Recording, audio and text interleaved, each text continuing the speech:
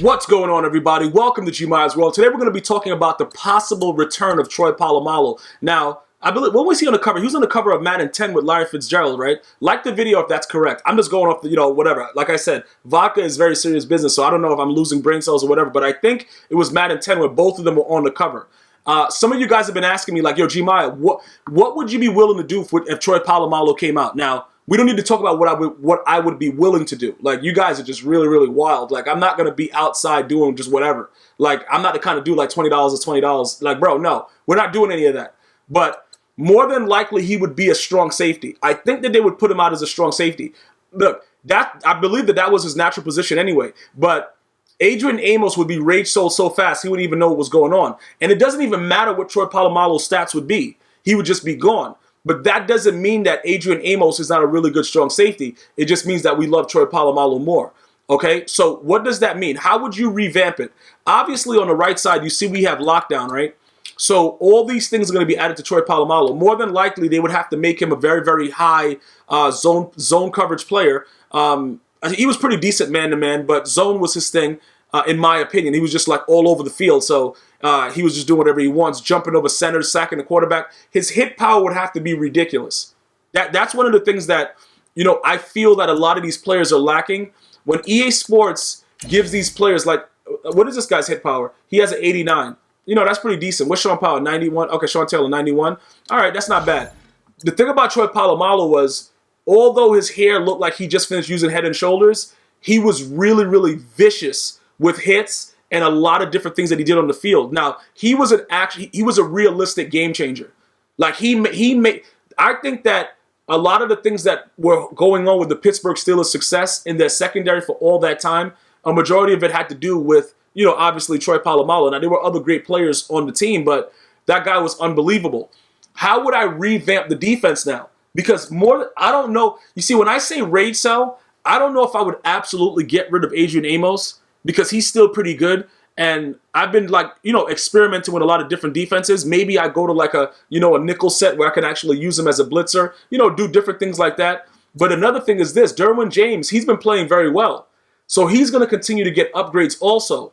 So it becomes very, very touchy because one of these guys got to go. And it's not, look, I run an organization at GmiasWorld where it's like, look, my team has to be able to perform and do the things that I need them to do. So it's going to be a very, very tough toss-up, but I would probably keep Adrian Amos as the backup.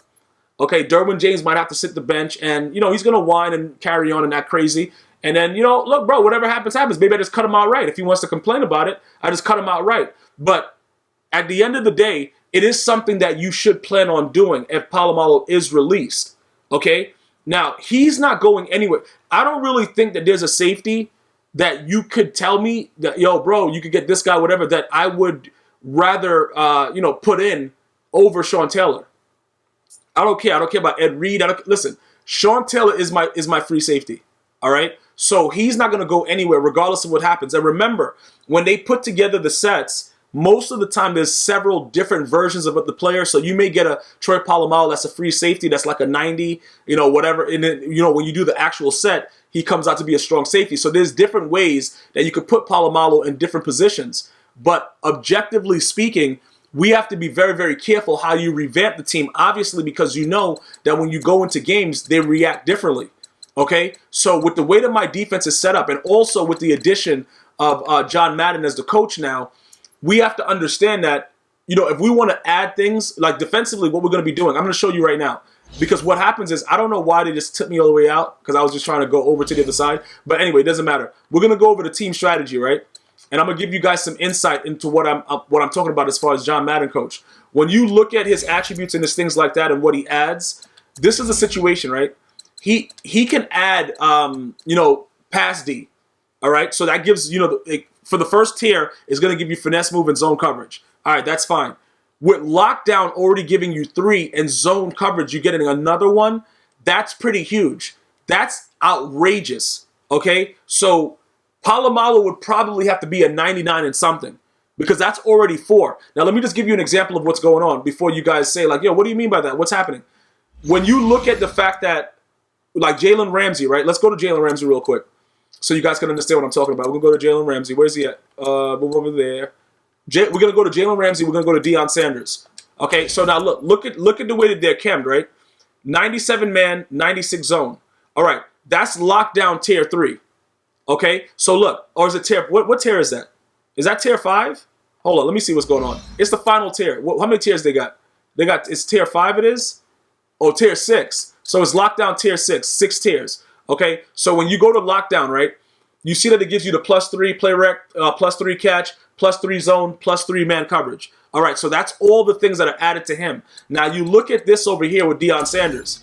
Okay, once you get here, now that's a 96 zone, 96 man. That's full tier 6 lockdown.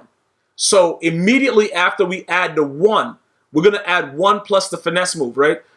I think I'm just going off the top, right? They're gonna have to give him something to where he has at least 199 stat. Whether it's play rec, whatever it's going to be, they're going to give him some kind of crazy stat in Tro Polomalu. So pretty much what I'm trying to explain to you guys is this. He's going to be, whenever they decide to release him, because of the way that the upgrades are and how you can improve your players, whatever they release him as, they're going to give him the opportunity to eventually become a 99, which is what most of us are believing they're doing with a lot of these players. Because remember, regardless of what they do, a lot of these players that are already high overall, like with the way that, Xavier Rhodes, who I rage sold, you got Jalen Ramsey right there, they can't keep giving these guys upgrades so quickly. It just doesn't work for the game because EA doesn't want people running around wild and the game is like, relatively new. But what's going to happen is with all the things that all the upgrades that they're allowing you to get, it's going to be, soon it's going to be a no-brainer. It's going to be really, really crazy soon with the way that you're going to be allowed to do certain things. So that's what I'm trying to make sure everybody understands. When that time comes, it's going to be very, very interesting how it's going to all unfold.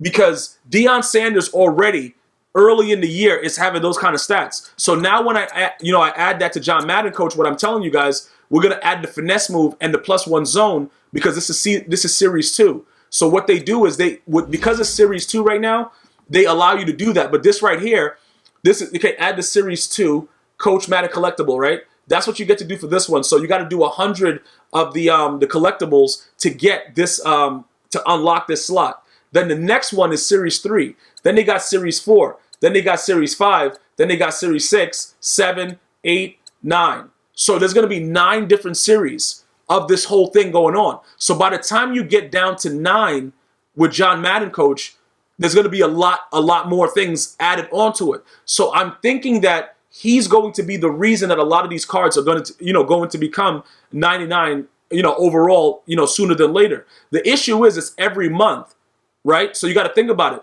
This is going on up until the end of, what is this? We got to go 8 more months. So it's going to be like going almost to like June, July to do this if they're doing the series the way that, that I think that they're doing it. So they're making Madden active for the entire time.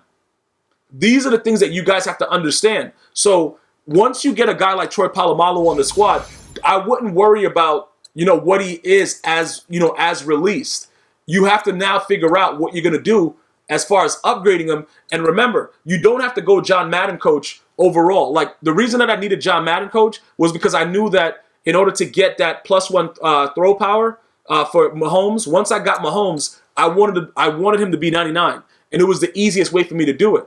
But not only that, he added other things that I don't think matters, like the route running and all that stuff, like the little +1s and stuff. It boosts the guys. You can see like, Jerry Rice is boosted. Randy Moss is boosted. Tyreek Hill is boosted. A lot of these guys are boosted. The James Devlin, he's not boosted because of that. He's boosted because of power run. But some of the guys are boosted because of some of the things that the Madden passing adds. Because I didn't add anything for Madden running. You know what I'm saying? It's all about the Madden passing. So when I add the pass defense and I give both tiers to that, which eventually is going to happen, but we have to wait until Series 3 for that to happen. So that means in another month, when they release the new series, that's what's going to happen. We're going to be able to get both parts of the passing defense, and then they're going to also, I believe, I think they showed something about an ability or something.